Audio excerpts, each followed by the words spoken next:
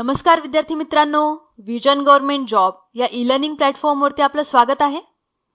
या आधीच्या लेक्चर्समध्ये आपण मराठीचा अभ्यासक्रम आणि त्यातला एक टॉपिक शब्दसिद्धी हे डिस्कस केले होते। तसंच या लेक्चरमध्ये आपण इंग्लिशचा जो वेगवेगळ्या परीक्षांसाठी सिलेबस आहे आणि त्या सगळ्या परीक्षांसाठी जो कॉमन सिलेबस आहे तो आपण इथे डिस्कस करणार आहोत। चला तर मग लेक्चरची सुरुवात करूया राज्यसेवा मुख्य परीक्षेपासून। सर्वप्रथम आपण राज्यसेवा मेन्सचा जो पेपर पॅटर्न आहे तो बघूयात। तुम्हाला माहित असेलच की राज्यसेवा मेन्समध्ये एकूण 6 पेपर असतात। त्याच्यापैकी पेपर नंबर 1 आणि 2 हे मराठी आणि इंग्लिश या विषयांचे असतात। पेपर 1 हा एकूण 100 मार्कचा असतो, ज्यामध्ये मराठीला 50 मार्क आणि इंग्लिशला 50 मार्क असतात। हा पेपर 3 तासांचा डिस्क्रिप्टिव्ह प्रकारचा पेपर असतो, म्हणजे वर्णनात्मक प्रकारचा पेपर असतो। तसंच पेपर 2 हा MCQ प्रकारचा पेपर असतो, याला वेळ असतो 1 तास आणि हाही पेपर 100 मार्कचाच असतो आणि याच्यामध्ये मराठी 50 मार्क आणि इंग्लिशला सुद्धा 50 मार्कच असतात। जर तुम्ही बघायला गेलात तर इथे राज्यसेवा मेन्समध्ये मराठी आणि इंग्लिश या दोन्ही विषयांना 50-50% म्हणजे इक्वल वेटेज दिलेला आहे। म्हणजे आपल्याला राज्यसेवा मेन्सचा अभ्यास करताना फक्त मराठीकडे लक्ष देऊन इंग्लिशकडे दुर्लक्ष करून चालणार नाही, आपल्याला इंग्लिशचा पण तेवढाच अभ्यास करावा लागणार आहे। चला तर आता आपण बघूया की राज्यसेवा मेन्ससाठी आयोगाने इंग्लिशचा सिलेबस काय दिलाय। तर पेपर 1 मध्ये त्यांनी इंग्लिशच्या सिलेबसमध्ये काही पॉइंट्स मेन्शन केलेले आहेत। जसे की पहिला पॉइंट आहे इसे रायटिंग, ज्याला आपण मराठीत निबंध लेखन असं म्हणतो। इसे रायटिंगमध्ये कोणत्याही 2 टॉपिक्स पैकी एक टॉपिक सिलेक्ट करून आपल्याला त्याच्यापैकी एका टॉपिकवर जवळपास 400 वर्ड्सचा म्हणजे 400 शब्दांचा निबंध म्हणजे इसे लिहायचा असतो। प्रश्न क्रमांक 2 म्हणजे क्वेश्चन सेकंड मध्ये ट्रान्सलेशनचा क्वेश्चन असतो हा, ज्यामध्ये एक मराठी पॅसेज देतात आणि त्या मराठी पॅसेजला आपल्याला इंग्लिशमध्ये ट्रान्सलेट करायचं असतं। तिसरा प्रश्न असतो प्रिसाइज रायटिंग म्हणजेच सारांश लेखनचा प्रश्न असतो हा। एक पॅसेज देतात, तो वाचून आपल्याला त्या पॅसेजचा 1/3 करून लिहायचा असतो, म्हणजे त्याला आपल्याला संक्षिप्त म्हणजे छोट्या रूपात लिहायचा असतो। त्या एकूण पॅसेजचा सारांश काय आहे तो आपल्याला 1/3 शब्दांमध्ये लिहायचा असतं। आता हा झाला पेपर फर्स्टचा पेपर पॅटर्न। जर तुम्ही ते ऑब्झर्व केलं तर मराठी आणि इंग्लिशचा जो पेपर पॅटर्न होता पेपर फर्स्टसाठी म्हणजे डिस्क्रिप्टिव्ह टाईपच्या पेपरसाठी तो जवळपास सारखाच आहे। फक्त याच्यामध्ये भाषेचा फरक असतो। म्हणजे काय तर जो निबंध आहे जो इसे आहे तो आपल्याला इंग्लिशमधून लिहायचा, ट्रान्सलेशन सुद्धा मराठीतून इंग्लिशमध्ये करायचं आणि जे सारांश लेखन म्हणजे प्रिसाइज रायटिंग आहे ते सुद्धा पूर्णपणे आपल्याला इंग्लिशमध्येच करायचे असते। आता आपण सेकंड जो पेपर आहे ऑप्शनल म्हणजे MCQ टाईपचा, त्याचा सिलेबस काय दिलाय आयोगाने ते बघूया। याच्यामध्ये त्यांनी एकूण 2 पॉइंट्स मेन्शन केलेत। त्यामध्ये पहिला आहे ग्रामर आणि दुसरा आहे कॉम्प्रिहेन्शन। ग्रामरमध्ये अजूनही काही सब टाइप्स दिलेले आहेत, जसे की idioms, phrases, synonyms and antonyms, correct formation of words and sentences and punctuation. तर एटसेट्रा दिल्यानंतर एटसेट्रा हे जरी 3 शब्द दिसत असतील तरी त्याच्यामध्ये भरपूर काही ग्रामरचा पार्ट अवेलेबल असतो। तर तो काय काय आहे तो आपण नंतर डिस्कस करणारच आहोत। त्याआधी आपण दुसरा पॉइंट काय आहे तो बघूया। दुसरा पॉइंट तुमच्या सगळ्यांच्या ओळखीचा असेलच, जो राज्यसेवेचा प्रीचा पेपर असतो पेपर नंबर 2 सीसॅटचा, त्याच्यामध्ये कॉम्प्रिहेन्शनचे क्वेश्चन्स येतात। तर मेन्समध्ये सुद्धा कॉम्प्रिहेन्शन नावाचा अशा प्रकारचे प्रश्न विचारले जातात। म्हणजे काय तर एक पॅराग्राफ देतात, त्याच्या खाली काही 4-5 क्वेश्चन्स असतात, इंग्लिशचाच पॅराग्राफ असतो, त्यामध्ये इंग्लिशमध्येच क्वेश्चन्स विचारलेले असतात आणि ऑप्शन सुद्धा इंग्लिशमध्येच असतात। तर त्याला म्हणतात कॉम्प्रिहेन्शन। पॅराग्राफच्या खाली क्वेश्चन्स आणि त्या क्वेश्चन्सचे आन्सर त्या पॅराग्राफमध्येच दडलेले असतात, ते आपल्याला फक्त शोधून मार्क करायचे असतात, याला म्हणतात कॉम्प्रिहेन्शन। आता आपण बघूया की जी कंबाईन एक्झाम आहे PSI STI असिस्टंट, त्यांच्या मेन्ससाठी जो पेपर पॅटर्न आहे तो पण बघणार आहोत आणि त्याच्यासाठी जो लँग्वेजेसचा जो सिलेबस आहे तो पण आता आपण इथे डिस्कस करूया। तर PSI STI आणि असिस्टंट या तिघांच्याही मेन्सचा जो पेपर पॅटर्न आहे तो सगळ्यांचा सेम आहे। फक्त जो GSचा जो सिलेबस आहे मेन्सचा तो थोडासा बदल झालेला आहे, म्हणजे प्रत्येक परीक्षेमध्ये GSचा सिलेबस हा थोडासा बदललेला असतो। काही पॉइंट्स कमी जास्त असतात प्रत्येक परीक्षेमध्ये। आता आपण जे ही कंबाईन एक्झाम आहे त्याचं परीक्षेचं स्वरूप काय आहे ते बघूया।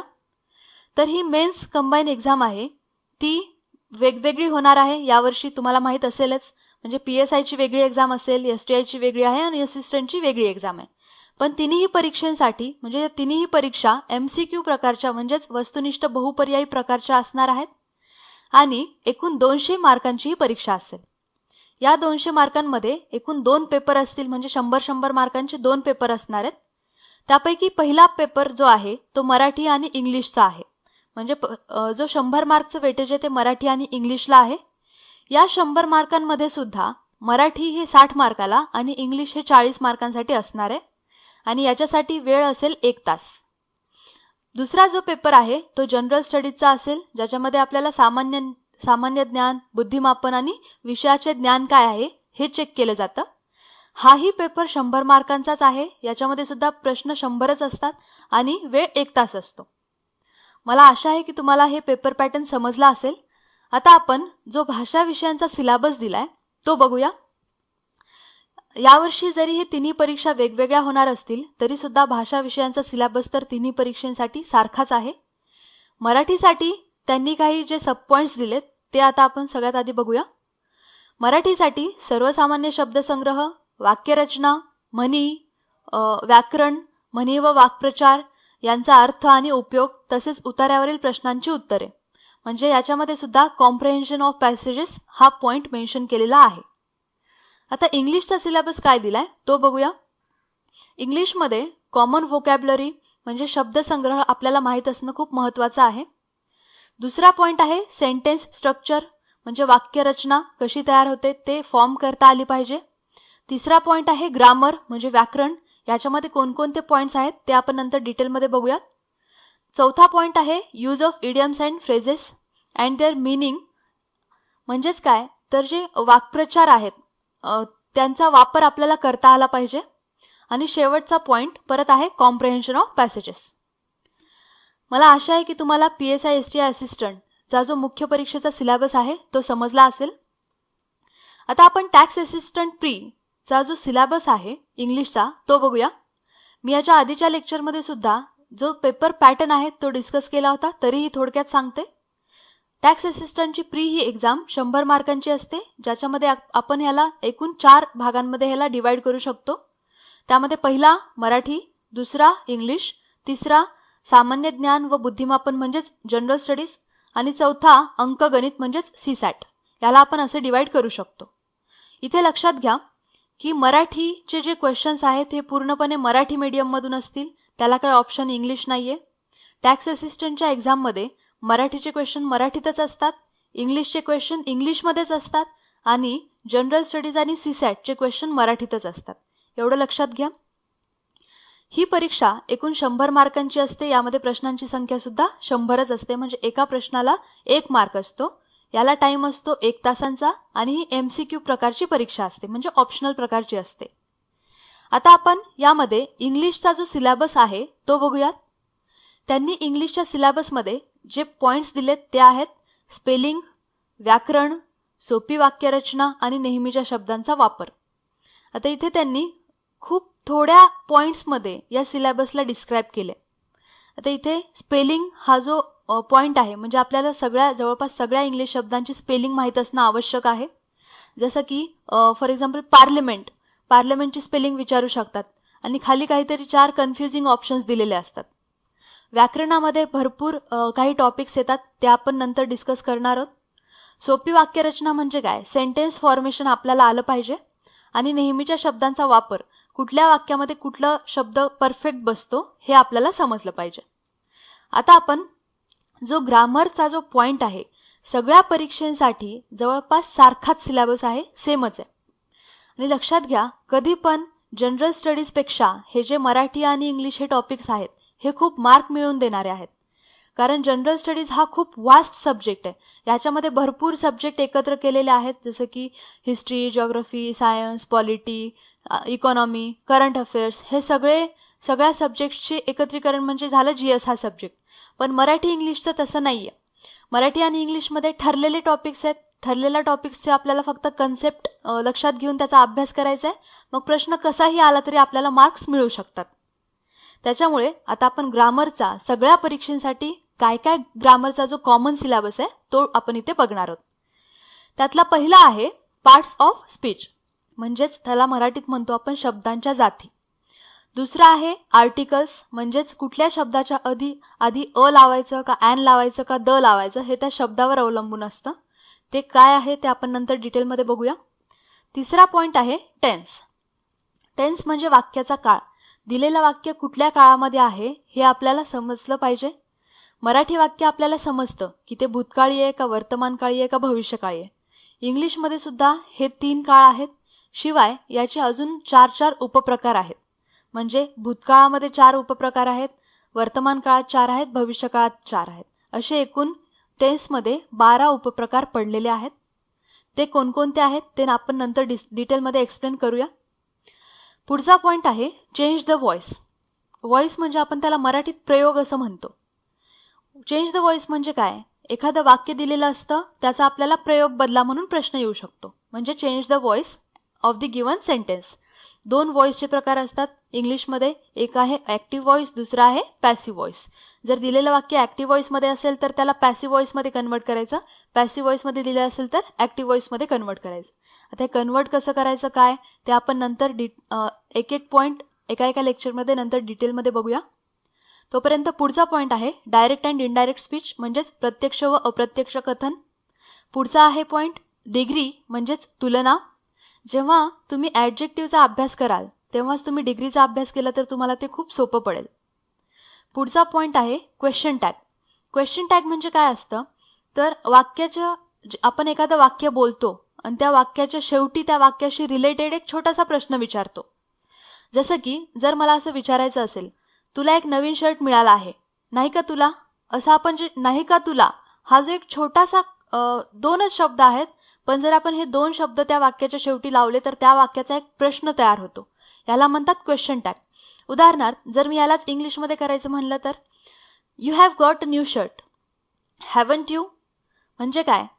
तुम्हाला असं क्वेश्चन देतात की you have got a new shirt, complete the sentence using correct question tag. म्हणजे काय करायचं असतं, या वाक्यातलं क्रियापद बघायचं.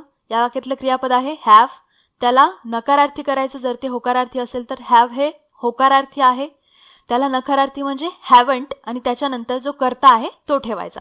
हॅवंट यू नंतर क्वेश्चन मार्क. याला म्हणतात क्वेश्चन टॅग करणं. आता आपण जो कोर ग्रामरचा जो सिलेबस होता तो बघितला. पुढच्या पॉईंटमध्ये आता आपण ग्रामरचा जो सिलेबस आहे तो बघूया. यामध्ये एकूण 4 पॉईंट्स येतात, जसं की सिंथेसिस.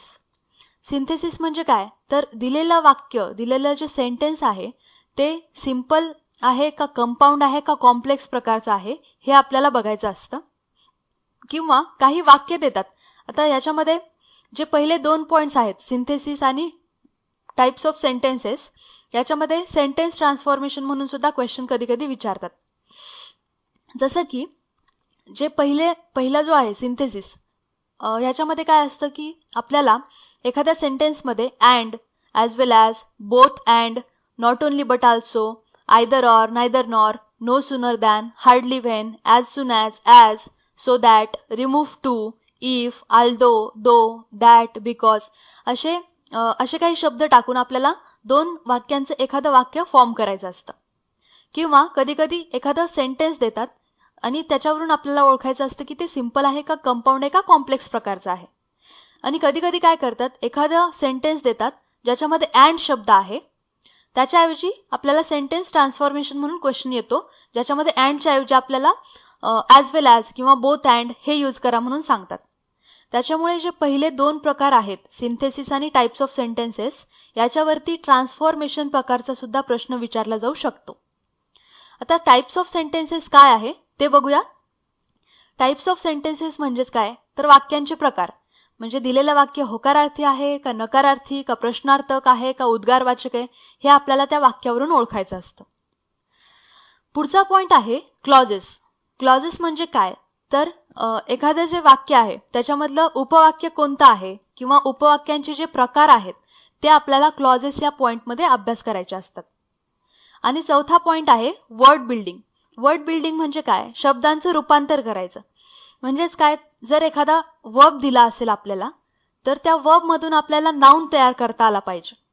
किंवा एखाद्या नाउन पासून आपल्याला वर्ब तयार करता आला पाहिजे, किंवा वर्ब मधून आपल्याला ऍडजेक्टिव्ह मधून वर्ब मध्ये असं कन्व्हर्जन जे आहे, एका शब्दापासून दुसरा शब्द तयार करणे किंवा दिलेल्या शब्दाची जात बदलणे, त्याला म्हणतात वर्ड बिल्डिंग.